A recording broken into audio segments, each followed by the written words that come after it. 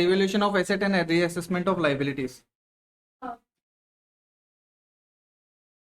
ठीक है, अब चुप रहना, मेरा बात सुनो पहले। Revaluation of asset and reassessment of liabilities. दो पार्टनर है फर्म में, तो वो लोग का बैलेंस शीट बना हुआ है, कुछ एसेट्स है कुछ लाइबिलिटीज है और दोनों जन का कैपिटल है। एक नया पार्टनर घुस रहा है उसमें, तो वैसा बात है वो देखेगा कि ये एसेट जितना होना चाहिए उतना है नहीं, लाइबिलिटीज जितना होना चाहिए उतना है नहीं। बुक्स में तो हम लोग कुछ भी चेंजेस कर सकता है, ऊपर नीचे कर सकता है ना। तो वो पार्टनर ये बोलेगा कि आपका जो एसेट दिखाया हुआ है उससे हम संतुष्ट नहीं है, आपका जो लाइबिलिटीज दिखाया हुआ है उससे भी हम संतुष्ट नहीं है, पहले आप ये बैलेंस शीट को ठीक करिए, फिर उसके बाद हम एडमिट होगा। तो उसमें क्या हो सकता है, एसेट, कुछ एसेट मान लो कि कमती वैल्यू में दिखाया हुआ है, मान लो 1 लाख का एसेट है, दिखाया हुआ है 40,000 का। ठीक है, मान लो एक टाटा नैनो ही गाड़ी है, 1 लाख का गाड़ी है, उसमें दिखाया वो 40,000 बुक्स में, तो एसेट कम दिखाया है ना। तो बोलेगा नहीं, इसका एसेट को वैल्यू को बढ़ाओ, तो हम लोग को एसेट का वैल्यू को बढ़ाना पड़ेगा। कुछ एसेट है जिसका वैल्यू बढ़ा हुआ है बट हमको कम दिखाना है क्योंकि उसका एक्चुअल वैल्यू कम है, तो कुछ एसेट का हम लोग को कम भी करना पड़ेगा। वैसे ही सेम लाइबिलिटीज भी है, लाइबिलिटीज को जो बुक्स में है उससे या तो थोड़ा बढ़ाना पड़ेगा या बुक्स में जो है वो कमाना पड़ेगा। ठीक है, एसेट को बढ़ाने के लिए हम एसेट को क्या करेगा रितिका, बढ़ाने के लिए एसेट जब बढ़ाएगा तो उसको क्या करेगा, डेबिट की क्रेडिट, जाओ घर जाओ। वो डेबिट क्रेडिट ही नहीं पता क्या करता है, क्या था, डीए नहीं था, डीए में क्या था बढ़ने से, डी फर्स्ट वर्ड है, डी से डेबिट हो गया, L I C last word C है, सी से क्रेडिट हो गया, ये बढ़ने से डेबिट करना है, ये बढ़ने से क्रेडिट करना है, ए मतलब क्या हो गया, तो एसेट बढ़ने से इंक्रीज होने से, और एसेट अगर डिक्रीज हुआ तो क्रेडिट। वैसे सेम लाइबिलिटीज है, लाइबिलिटीज अगर बढ़ गया तो और कम हो जाने से डेबिट करना पड़ेगा। ठीक है,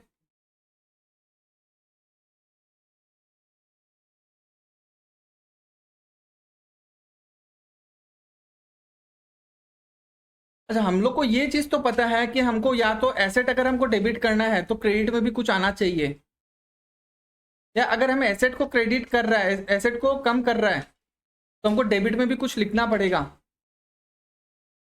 क्या अकाउंट आएगा, जितना डेबिट होता है उतना क्रेडिट भी होना चाहिए, होना चाहिए कि नहीं होना चाहिए। तो हमको पता है अगर मान लो कि बुक में बोल दिया कि स्टॉक जो है, स्टॉक दिखाया हुआ है 80,000 का, हमको एडजस्टमेंट में बोल दिया कि स्टॉक का वैल्यू को 1 लाख करना है, तो वो स्टॉक का 20,000 रुपया वैल्यू बढ़ाना पड़ेगा, तो हम स्टॉक अकाउंट डेबिट कर देगा 20,000, स्टॉक हो गया 1 लाख का। क्रेडिट में क्या आएगा, रीवैल्यूएशन अकाउंट, मतलब रीवैल्यू कर रहा है उसको। ठीक है, वैसे ही एसेट को अगर हमको कमाना है, एसेट को क्रेडिट कर दिया, तो डेबिट में क्या आएगा, रीवैल्यूएशन। जो भी चीज होगा एसेट को बढ़ाओ कमाओ, लाइबिलिटीज को बढ़ाओ कमाओ, वो किसके थ्रू पास होगा, रीवैल्यूएशन अकाउंट के थ्रू पास होगा, कि जो भी एसेट लाइबिलिटीज है उसका रीवैल्यू कर रहा है।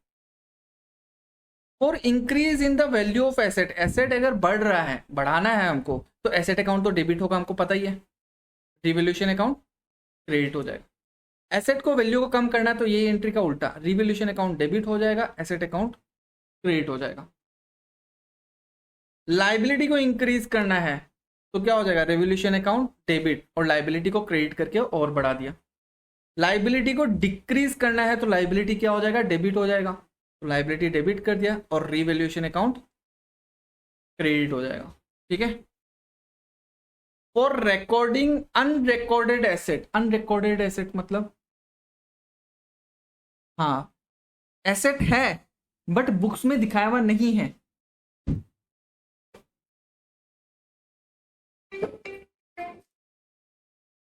एसेट है बट बुक्स में दिखाया हुआ नहीं है, अब बोल रहा है कि उसको बुक्स में लो, तो बुक्स में लेने से मेरा बुक्स में जो एसेट का वैल्यू है वो इंक्रीज हो जाएगा, तो हमको एसेट को वापस डेबिट करना पड़ जाएगा और रिवैल्यूएशन अकाउंट क्रेडिट हो जाएगा।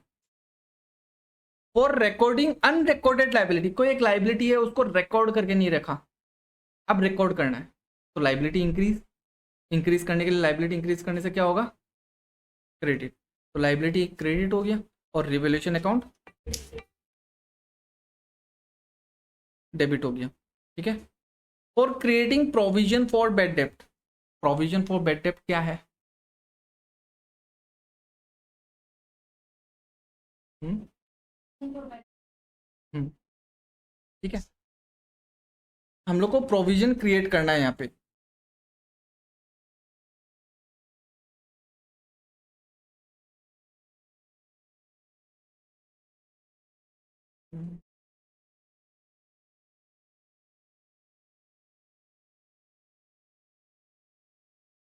ठीक है। तो प्रोविजन फॉर बैड डेप्ट अगर हम लोग क्रिएट करेगा तो क्या हो जाएगा, प्रोविजन क्या होता है,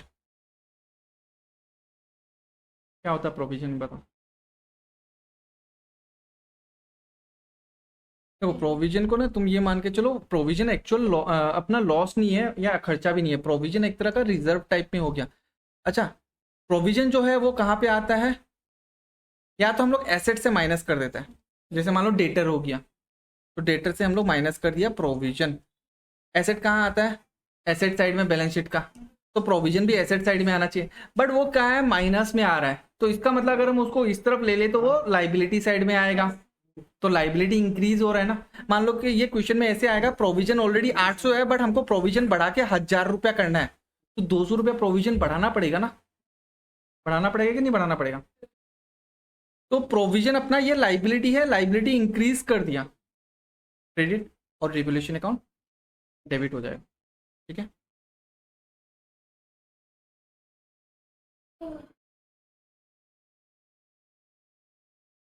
अब रिवैल्यूएशन अकाउंट बनेगा, ठीक है, रिवैल्यूएशन अकाउंट बनेगा, रिवैल्यूएशन अकाउंट का डेबिट साइड होगा, रिवैल्यूएशन अकाउंट का क्रेडिट साइड होगा, यहां पे भी एंट्रीज पुट होगा, जो जो रेवोल्यूशन अकाउंट डेबिट होगा हमको यहाँ पे लिखना पड़ेगा, जो जो रेवोल्यूशन अकाउंट क्रेडिट होगा हमको यहाँ पुट करना पड़ेगा, दोनों का टोटल मिलाना पड़ेगा। अब उसमें क्या हो सकता है, if the both sides are equal it signifies there is no profit और लॉस, कोई प्रॉफिट और लॉस नहीं है। If the debit side is more than the total of credit side it signifies there is a loss on revolution of asset and liabilities. Debit side ये ज्यादा है तो इसका मतलब क्या हुआ, लॉस है, यहाँ पे क्या आ जाएगा, लॉस। क्रेडिट साइड ज्यादा है, क्रेडिट साइड ये पार्ट ज्यादा है तो इसका मतलब डेबिट साइड कम है, तो यहाँ पे क्या आ जाएगा, प्रॉफिट आ जाएगा, ठीक है। फिर वो जो रिवोल्यूशन का प्रॉफिट होगा या लॉस होगा वो किस में ट्रांसफर हो जाएगा, पार्टनर्स का कैपिटल अकाउंट में, पीएल में नहीं होगा, पार्टनर का कैपिटल अकाउंट में ट्रांसफर होगा। जैसे मान लो कि बैलेंस शीट है अपना, बैलेंस शीट साइड में यहाँ पे एसेट है और यहाँ पे लाइबिलिटीज है और कैपिटल है। मान लो कि एक एसेट है उसको इंक्रीज कर दिया, एसेट साइड इंक्रीज हो गया, यहाँ पे भी इस साइड भी इंक्रीज करना पड़ेगा, तो क्या हो जाएगा, वो प्रॉफिट हो गया। एसेट का वैल्यू इंक्रीज हो गया तो मतलब प्रॉफिट हो गया, तो वो कैपिटल भी यहाँ पे ऐड हो जाएगा। एसेट का वैल्यू डिक्रीज कर दिया तो मतलब हमको लाइबिलिटीज और कैपिटल साइड वाला ये वाला पार्ट, लेफ्ट हैंड साइड वाला पार्ट को भी कम करना पड़ेगा, तो वो कहाँ से कम होगा, कैपिटल साइड से। लाइबिलिटीज अगर इंक्रीज हो रहा है, एसेट में कोई फर्क नहीं पड़ रहा है, लाइबिलिटीज इंक्रीज हो रहा है तो हमको क्या करना पड़ेगा, कैपिटल को डिक्रीज करना पड़ जाएगा। और अगर लाइबिलिटीज अगर यहाँ पे कम होगा तो हमको क्या करना पड़ेगा, कैपिटल को इंक्रीज करना पड़ेगा, तब जाके इक्वल होगा। एग्जाम्पल देख लो,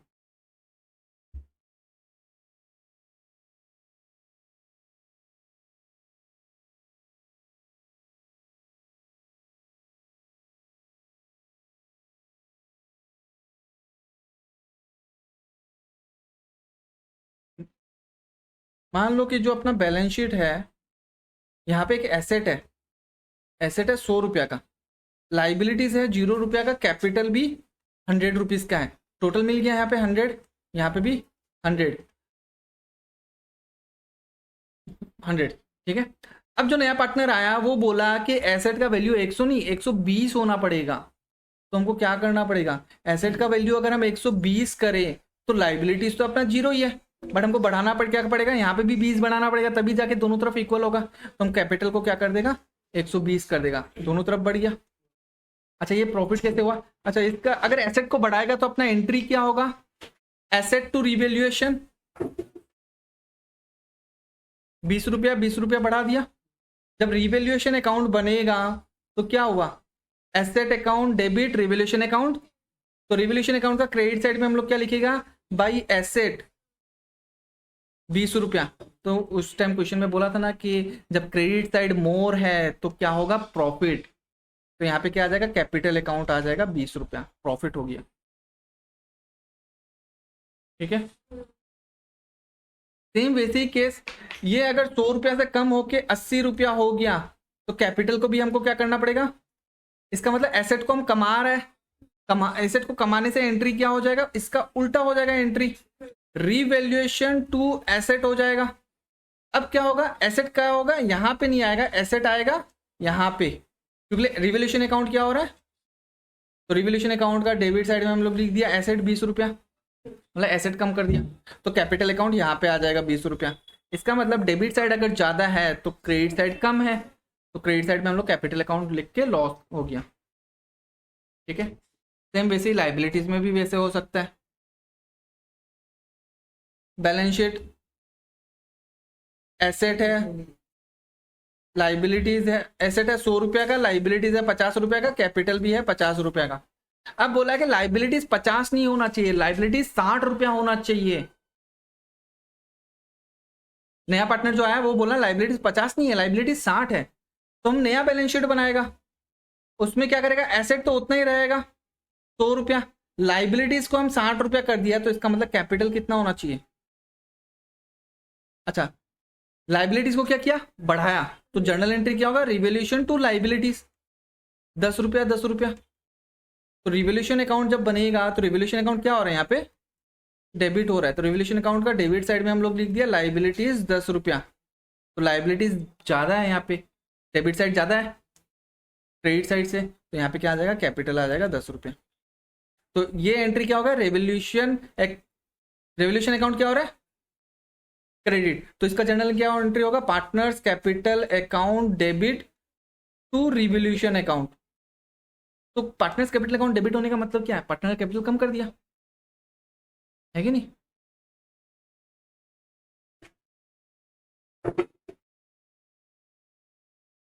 और transfer of profit on revolution, revolution का प्रॉफिट अगर ट्रांसफर करेगा तो पार्टनर्स का कैपिटल बढ़ेगा। पार्टनर को कोई भी प्रॉफिट मिलो, कैपिटल तो बढ़ना ही है वो लोग का, तो कैपिटल अकाउंट क्रेडिट हो जाएगा, रिवॉल्यूशन अकाउंट। लॉस अगर ट्रांसफर कर देगा तो पार्टनर्स का कैपिटल अकाउंट कम हो जाएगा, डेबिट हो गया, और रिवॉल्यूशन अकाउंट। ठीक है, एग्जांपल देखो, illustration number 49, A B partners है फर्म में, profit sharing ratio in the 3:2। अच्छा ये जो प्रॉफिट और लॉस जो होगा ना इसी रेशियो में बटेगा जो क्वेश्चन में दिया हुआ रहेगा। Pass necessary journal entries in the books of the firm on admission of C and new partner for the following, stock appearing in the books 15,000 is to be revalued at, stock का value books में कितना दिखा रहा है, करना कितना है, तो कितना कम करेगा रितिका, 2000 कम करेगा। तो एसेट अकाउंट क्या होगा, डेबिट की क्रेडिट, एसेट अपना क्रेडिट कर दिया 2000, रिवैल्यूएशन अकाउंट डेबिट हो गया। नेक्स्ट क्या है, building appear in the book 60,000 to be revalued at, तो इसका मतलब बिल्डिंग का वैल्यू को हमको बढ़ाना है कि कमाना है, कितना कम बढ़ाना है, 15,000। तो ऑलरेडी 60 तो दिखा ही रहा है, और 15 हम डेबिट कर देगा अगर बिल्डिंग अकाउंट में, तो बिल्डिंग का वैल्यू 75 हो जाएगा, बिल्डिंग टू रिवैल्यूएशन। ठीक है, नेक्स्ट क्या है, अनरिकॉर्डेड इन्वेस्टमेंट वर्थ ₹4,000 का इन्वेस्टमेंट हम लोग कहीं किया हुआ था, वो अभी तक बुक्स में दिखाया नहीं है, तो अब दिखा दो। तो इन्वेस्टमेंट बुक्स में आने का मतलब एसेट बढ़ गया, पहले नहीं दिखाया हुआ था अब आ रहा है। पहले इन्वेस्टमेंट का वैल्यू कितना था, 0, अब इन्वेस्टमेंट का वैल्यू कितना हो जाएगा, 4,000, तो इन्वेस्टमेंट बढ़ रहा है, तो एसेट डेबिट हो गया, investment to revaluation. Unrecorded liability towards supplier 3,000, किसी जिनको 3,000 रुपये देना था बट हम बुक्स में लिखा नहीं, वो अचानक से आके हमसे पैसा मांग लिया, तो हमको पहले तो बुक्स में रिकॉर्ड करना पड़ेगा, फिर उसके बाद हम उसको पैसा देगा।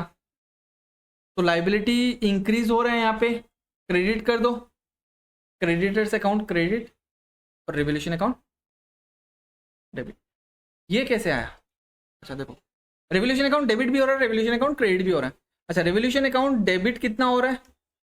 डेबिट देखो कितना हो रहा है, यहाँ पे डेबिट कितना हो रहा है 2000, यहाँ पे क्रेडिट कितना हो रहा है 15,000, यहाँ पे क्रेडिट 4,000 प्लस 4,000 कर दो, यहाँ पे डेबिट कितना 3,000। और है क्या? नहीं है, खत्म। टोटल डेबिट में कितना हुआ 5,000 और क्रेडिट में टोटल कितना हुआ? तो इसका मतलब कौन सा साइड बड़ा है बताओ? क्रेडिट साइड बड़ा है। इक्वल करने के लिए हमको डेबिट और करना पड़ेगा, रिवोल्यूशन अकाउंट करना पड़ेगा कि नहीं करना पड़ेगा? कितना रिवोल्यूशन अकाउंट डेबिट करने से इक्वल होगा? ऑलरेडी 5 तो है ही है डेबिट में, और 14,000 डेबिट करने से हो जाएगा डेबिट क्रेडिट साइड इक्वल। तो रिवोल्यूशन अकाउंट हम डेबिट कर दिया और ये 14,000 बढ़ गया 3:2 रेशियो में। अब ये क्या हुआ, प्रॉफिट हुआ कि लॉस हुआ? प्रॉफिट हुआ, क्योंकि कैपिटल अकाउंट क्रेडिट हो रहा है, दिख ही रहा है हम लोग को। अच्छा, प्रॉफिट कैसे हुआ वो देख लेते हैं। हाँ, स्टॉक का वैल्यूएशन हम लोग कम कर दिया तो इसका मतलब लॉस हो गया, -2,000। स्टॉक का वैल्यू कम कर दिया ना तो लॉस हो गया। बिल्डिंग का वैल्यू 15,000 बढ़ गया तो प्लस 15,000, ये प्रॉफिट हो गया, ये लॉस ये प्रॉफिट। इन्वेस्टमेंट का वैल्यू बढ़ गया 4,000, ये भी प्रॉफिट हो गया। क्रेडिटर्स को पैसा देना है, ये लॉस हो गया, -3,000। तो एक्चुअल में देखा जाए तो अपना प्रॉफिट कितना हुआ 19,000 का, लॉस कितना हुआ 5,000 का, तो अपना नेट 14,000 का फायदा हुआ कि नहीं हुआ? तो वो 14,000 कहाँ कैपिटल अकाउंट में ऐड हो जाएगा। तो हम लोग का एक तरफ एसेट बढ़ गया 14,000 और यहाँ पे कैपिटल बढ़ गया 14,000। अच्छा, एसेट 14,000 नहीं बढ़ा, देखो बैलेंस शीट जो है ना, एसेट में हम लोग इंक्रीज किया था 19,000, बट लाइबिलिटी इंक्रीज किया था 5,000, तो ऑटोमेटिकली कैपिटल बढ़ गया 14,000। समझ गया? एसेट हम लोग टोटल 19,000 इंक्रीज किया ना। एक तो अपना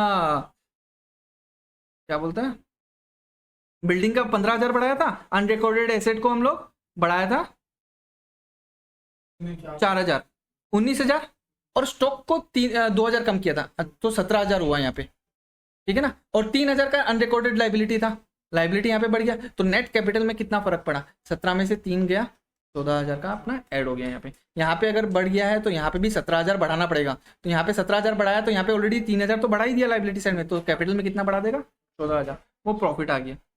ठीक है, इलस्ट्रेशन 50, ए बी पार्टनर्स है फर्म में, profit losses in the ratio 4:3। On 1st January they admitted C as a new partner. On the date of C's admission, the balance sheet of A B showed a general reserve of 70,000। General reserve में कितना दिखा रहा है, debit है कि credit है?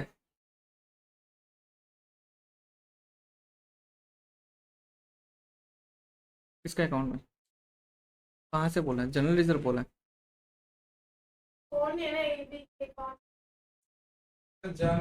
The balance sheet of ए और B, balance sheet ए और बी का बैलेंस शीट में ये दिखा रहा है जनरल रिजर्व। ये कहाँ है, एसेट साइड की liability side? General reserve asset.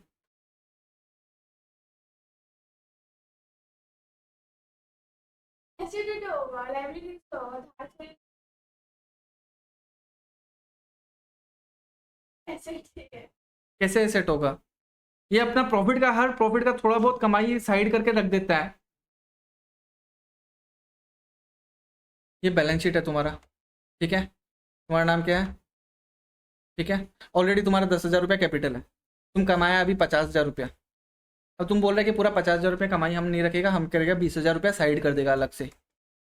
तो देखा जाए तो 50,000 रुपये यहाँ पे ऐड होना चाहिए प्रॉफिट के नाम पे, बट तुम क्या किया 30,000 ही ऐड किया, 20,000 बाकी का 20,000 कहाँ गया, जनरल रिजर्व अलग से डाल दिया, हो गया ना 50,000 सेम साइड में आया कि नहीं आया? तो फिर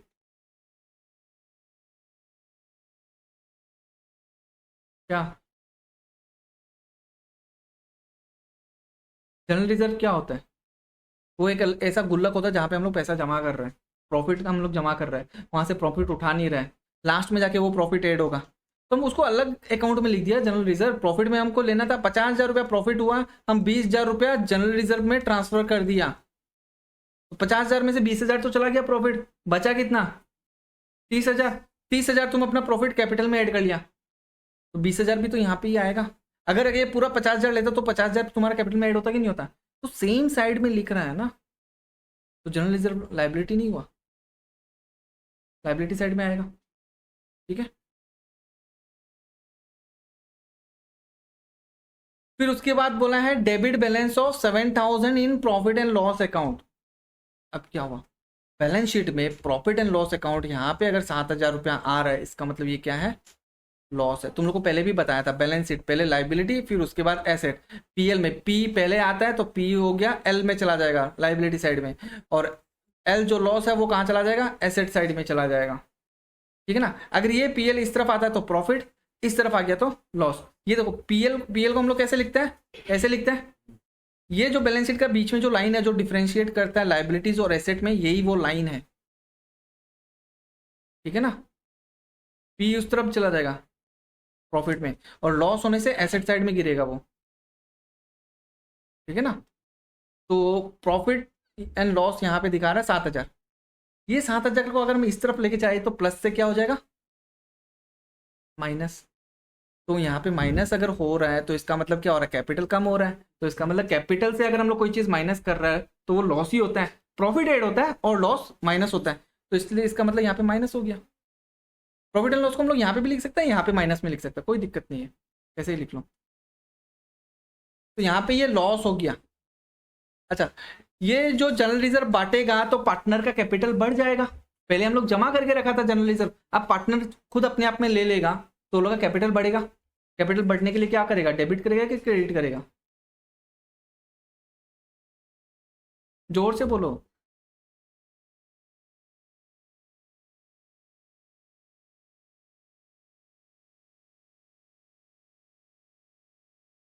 हाँ, तो पार्टनर का कैपिटल अकाउंट क्रेडिट हो गया, जनरल रिजर्व डेबिट हो गया, कितना से 70,000 से। ये 70,000 को किस रेशियो में बांटेगा, अच्छा 4+3 कितना हो गया 7। 70,000 को पहले 7 से डिवाइड करो, कितना आया 10,000।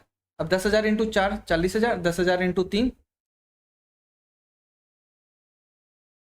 क्या, बहुत सारा तरीका।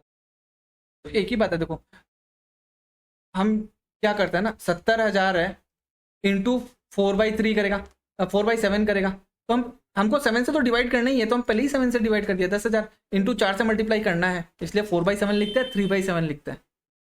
ठीक है ना। अच्छा, ये लॉस है, ये कहाँ आ रहा है, एसेट साइड में आ रहा है, तो ये प्रॉफिट एंड लॉस को अगर कैपिटल अकाउंट में ट्रांसफर करेगा तो एसेट साइड से वो हट जाएगा।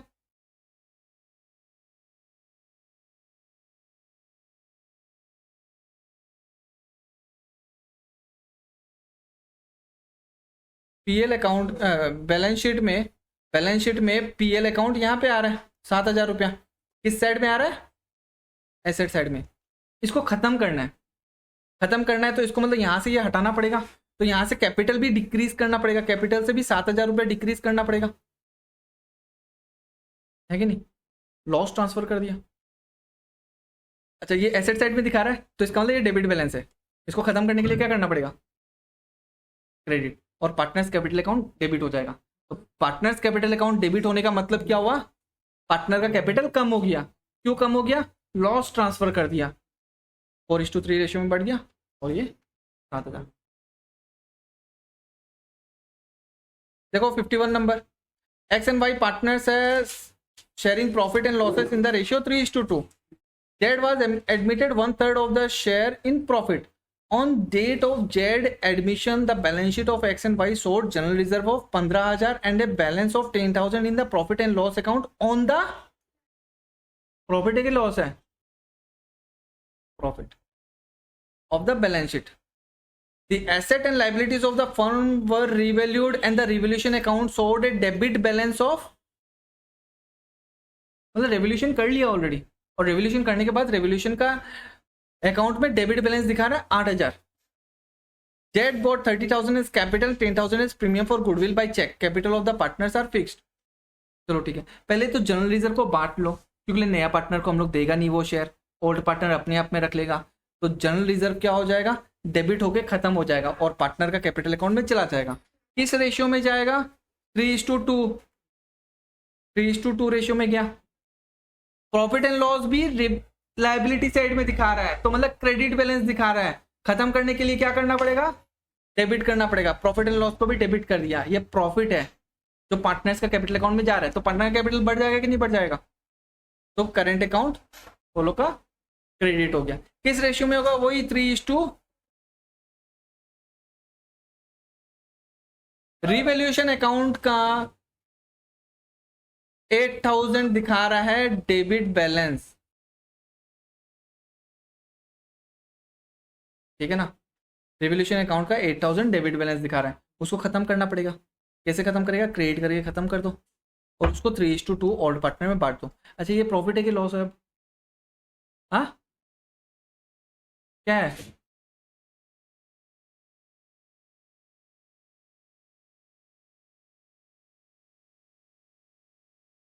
अच्छा एक बात बताओ, यहाँ पे प्रॉफिट हो रहा है तो कैपिटल अकाउंट क्या हो रहा है, कहाँ डेबिट दिख रहा है तुमको, एक्स और वाई का क्रेडिट हो रहा है, और यहाँ पे भी प्रॉफिट होने से डेबिट भी होता है। मतलब कैपिटल अकाउंट डेबिट भी हो सकता है, क्रेडिट भी हो सकता है, प्रॉफिट के केस में दोनों चीज हो सकता है। तो फिर अरे ये देखने से ही पता चल रहा है, डेबिट हो रहा है तो ऑब्वियस बात है लॉस है।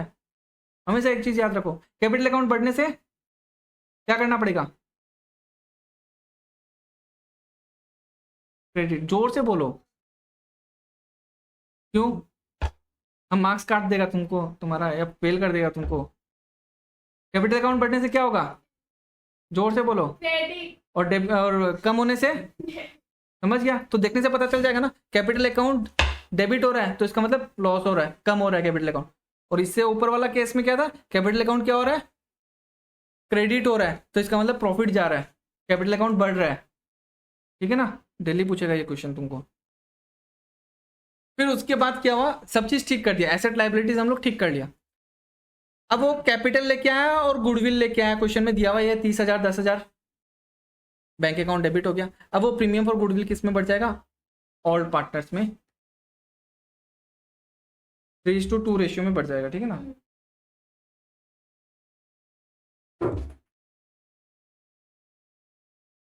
और 3:2 सेक्रीफाइसिंग रेशियो हो गया, क्योंकि नया प्रॉफिट शेयरिंग रेशियो नहीं दिया।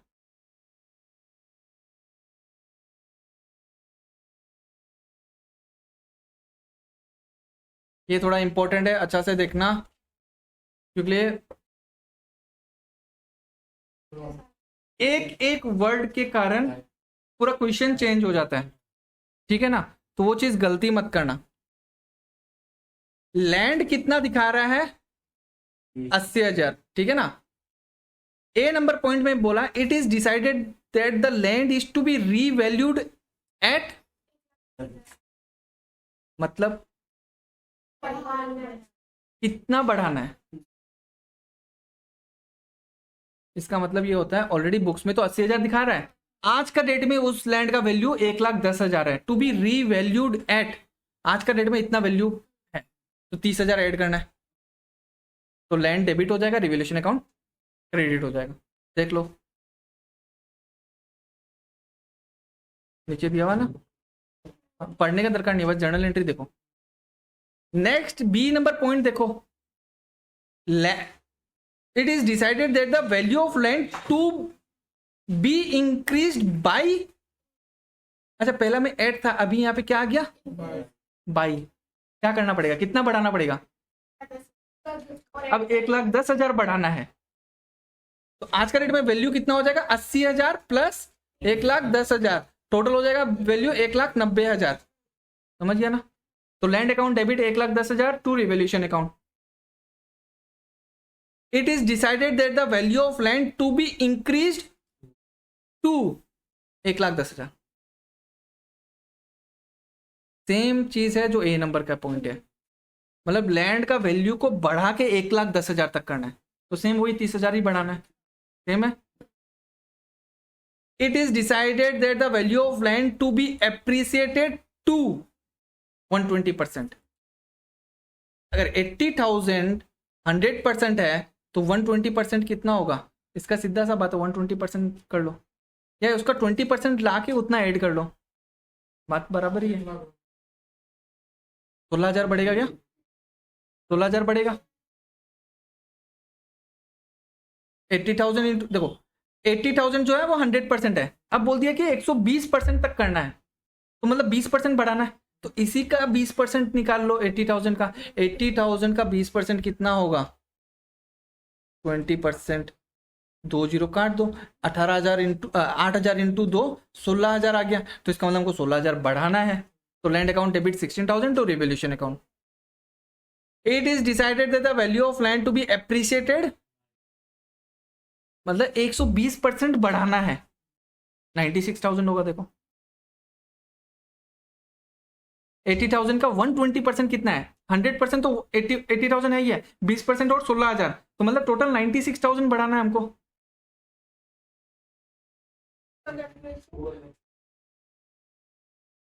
80,000 है, इसको इसका 120% निकाल लो, 120/100, तो 96,000 है, अमाउंट निकल गया। अच्छा ठीक है ना, तो it is decided that the value of land to be appreciated by 120% का वैल्यू कितना मिला? 96, मतलब बढ़ाना कितना है? परसेंटेज का वैल्यू निकाल लो, बात बराबर ही है। ठीक है, तो land account debit 96,000 to revolution account. It is decided the value of land should be valued eight, वो सेम डी नंबर वाला पॉइंट, 16,000 ही है क्या? Land account to revolution 16,000। It is decided that the value of land should be valued at 120%, ये ई number point वाला same, कि 1 जितना है उससे 120% और बढ़ा दो, मतलब 96,000 और बढ़ा दो। The value of the land is found undervalued by 20% of the market value. It is to be shown at,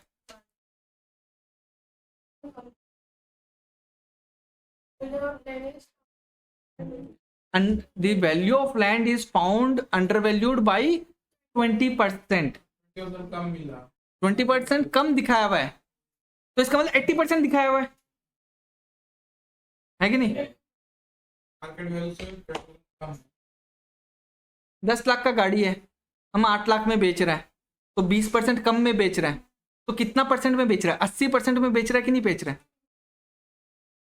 है कि नहीं? तो इसका मतलब जो 80,000 का जो वैल्यू था ये 80% है, इसको 100% में कन्वर्ट करो, 1 लाख रुपए आ जाएगा। इसका सिंपल सा ये ट्रिक है, 80,000 डिवाइडेड बाई 80%, जो जितना है उसको उतना परसेंट से डिवाइड कर दो। अगर ये 80% है तो 80% से डिवाइड कर दो, तो परसेंटेज नीचे हुआ तो ऊपर में 100 आ जाएगा और नीचे में क्या रह जाएगा? 80 रह जाएगा। रहा कि नहीं रहा? तो ये 80 और यहाँ पे काटो, 1 जीरो कटेगा और कितना आ गया? 1,000, 1,000 इंटू 100, 80,000, 1 लाख। ठीक है, अब हमको कितना बढ़ाना पड़ेगा? ऑलरेडी 80,000 तो है, हमको 20,000 और बढ़ाना पड़ेगा, तभी मार्केट वैल्यू पे आएगा 1 लाख पे, तो 20,000 आ जाएगा। Land account debit 20,000 to revolution account.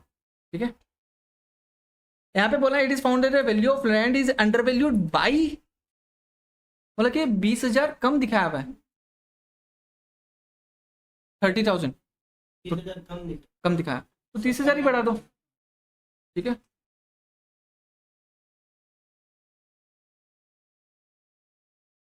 $53 number देखो, सेम है, एसेट कम बता दिया, ये लाइबिलिटीज का है। अपना एक तो पहले बेड डेप्ट का एंट्री मार लेगा तो डेटर अपना कम हो जाएगा, प्लस हम तुम लोग को लास्ट ईयर पढ़ाया था ना कि अगर ऑलरेडी प्रोविजन फॉर डाउटफुल डेप्ट बुक्स में है तो प्रॉफिट एंड लॉस से एडजस्ट नहीं होता बेड डेप्ट, वो प्रोविजन से एडजस्ट हो जाता है। तो क्या हो जाएगा? प्रोविजन फॉर डाउटफुल डेप्ट डेबिट हो जाएगा टू बेड डेप्ट। ठीक है, अब अपना प्रोविजन कितना था? प्रोविजन था 5,000 रुपया का, उसमें से ऑलरेडी बेड डेप्ट कितना एडजस्ट हो गया? 3,000, बचा कितना? सॉरी 2,000 एडजस्ट हुआ ना, बेड डेप्ट तो 2,000 है, तो कितना बचा प्रोविजन में? 3,000। करना कितना है? कितना ऐड करना पड़ेगा? 1900।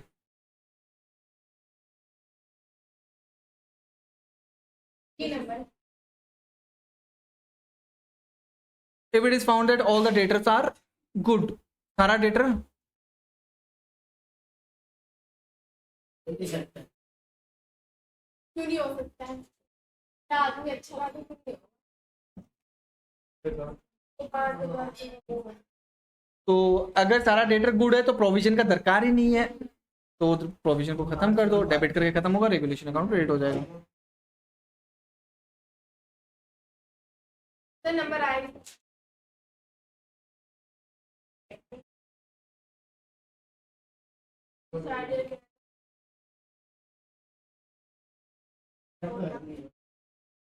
हम लोग डेप्रिसिएशन मारा 20,000, बोल रहे कि और 8,000 मारो। Provision for depreciation to be increased by और 8,000 ऐड कर दो। प्रोविजन लाइबिलिटी तो क्रेडिट हो जाएगा, रेवोल्यूशन अकाउंट डेबिट हो जाएगा। देखो क्या है, revolution to depreciation, provision for depreciation, ठीक है।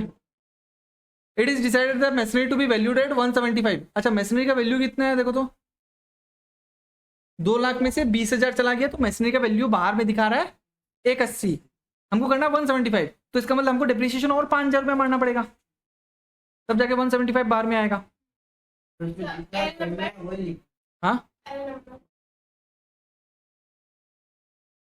It is decided the machinery to be valued at book less 10%।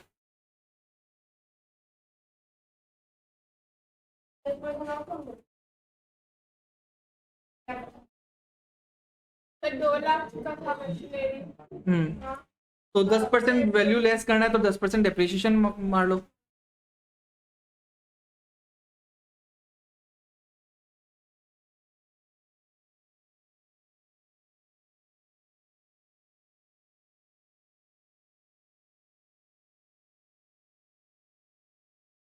ठीक है, तो अपना मशीनरी का वैल्यू कितना है? 2 लाख रुपया। ऑलरेडी प्रोविजन में डेप्रिसिएशन कितना है? 20,000 रुपया है, तो मशीनरी का वैल्यू कितना हो? 1,80,000। इस बार हम लोग मारेगा 10%, 18,000।